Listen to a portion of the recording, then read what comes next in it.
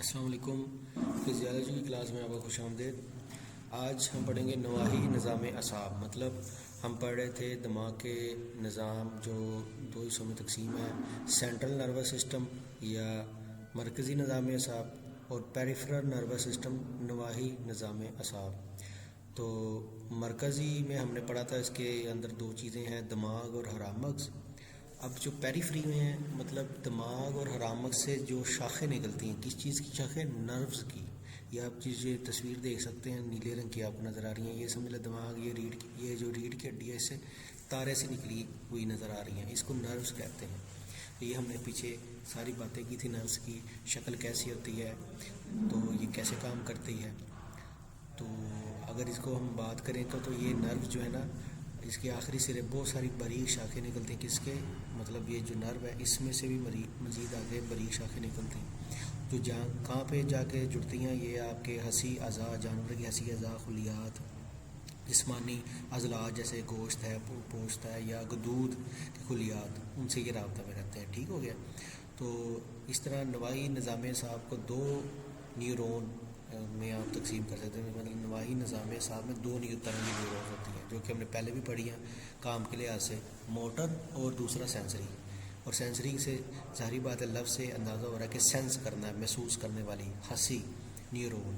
تو یہ جو ہم پہلے بھی کافی ذکر کر چکے ہیں اس کے بارے میں کہ یہ کیا کرتے ہیں، یہ معلومات حاصل کرتی ہیں. ہمارے اعضاء ہیں، ہمارا جلد پر کوئی چیز ٹچ ہوگی، محسوس ہوگی، تو وہ ہمارے مرکزی نظام اعصاب تک معلومات پہنچ جائیں گی الیکٹرک سگنل کی شکل میں. تو وہ اس کا سینسری نیورون کی سیل باڈی جو ہوتی ہے، اس کا جو حصہ ہے، مطلب یہ اس کا پورا یہ ایک اسٹرکچر ہے، ساخت ہے. تو اس کی جو سیل باڈی ہے وہ مرکزی نظام اعصاب سے باہر موجود ہے اور اس کو گینگلیون کہتے ہیں.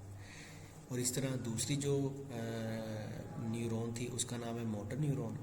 ٹھیک ہے. اس کا کیا کام ہے؟ اس کی سیل باڈی اگر بات کی جائے تو مرکزی نظام اعصاب کے اندر موجود ہے، اس کی باہر تھی، تو ان کو نیوکلیائی کہتے ہیں. اب موٹر کا کیا کام تھا کہ جو معلومات جو دماغ نے موصول کی سینسری کی مدد سے، سینسری نیورون کی مدد سے، وہ اب دماغ کو پہنچی. اب دماغ نے اس کا احکامات جاری کرنے ہیں. اس کو سوچا کہ اس کا ہم نے کیا مطلب کرنا ہے. ہاتھ مثال کے طور پر گرم سطح پہ لگا ہے تو پیچھے کھینچنا ہے کہ نہیں کھینچنا. تو وہ معلومات جو ہوئی، وہ احکامات اب موٹر جو ہے اس کو ملیں گے، موٹر نیورون کو ملیں گے. اور موٹر جو ہے وہ مختلف اعضاء جیسے عضلات ہیں، غدود ہے، وہاں تک پہنچائے گی عضلات. پھر اس نتیجے میں جو فیصلہ ہوگا اس فیصلے کے مطابق، اس احکامات کے مطابق عمل کرے گا. ٹھیک ہو گیا.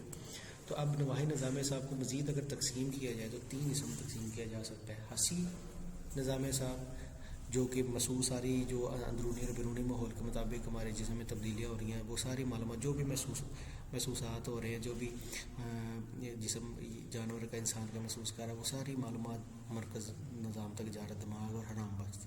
یہ ہے حسی نظام.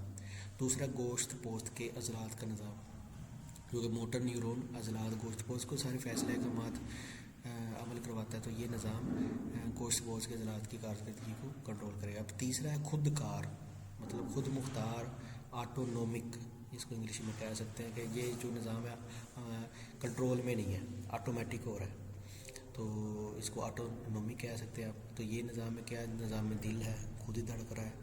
اسی طرح نازک اعضاء ہے، غدود ہے، خود ہی جو معاملات کچھ ہو رہے ہیں غدود کے، ہارمونز کے، وہ خود ہی نگرانی سے اب خود کر رہا ہے یہ نظام. تو یہ اب کیا ہے نواحی نظام اعصاب کے یہ جو حصے ابھی بات کی ہے ہم نے، تو یہ مختلف جو بھی حصے ہیں یہ کس سے رابطے میں ہیں؟ مرکزی نظام اعصاب کے ساتھ، کیونکہ اس کے بغیر تو فیصلے نہیں ہوتے. وہ ساری معلومات اس کے ملے گی تو اس کی روشنی میں وہ یہ خود کار نظام ہے نا کام کر رہا ہے، لیکن ہے یہ کنٹرول میں نہیں ہے، خود مختار ہے. تو اس خود مختار کو آپ دو حصوں میں مزید تقسیم کر سکتے ہیں. یہ آپ سامنے آپ کے تصویر نظر آ رہی ہیں.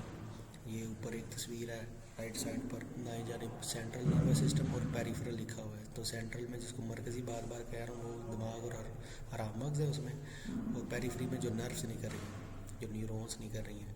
تو اس کو مزید آگے دو حصوں میں ابھی بات کیا کہ آٹونومک جو کنٹرول میں نہیں ہے. ٹھیک ہے. اور اس کو مزید آگے دو حصوں میں اگر تقسیم کیا جائے تو نیچے آپ تصویر میں دیکھ سکتے ہیں دو پیراسمپتھیٹک اور سمپتھیٹک، یہ دو لفظ لکھے ہوئے ہیں تصویر کے اندر. تو یہ جناب اس طرح تقسیم ہے.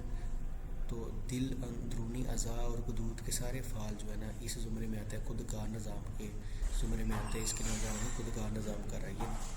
تو ابھی بتا دیا یہ دو حصوں میں تقسیم تھا، سمپتھیٹک اور پیرا سمپتھیٹک.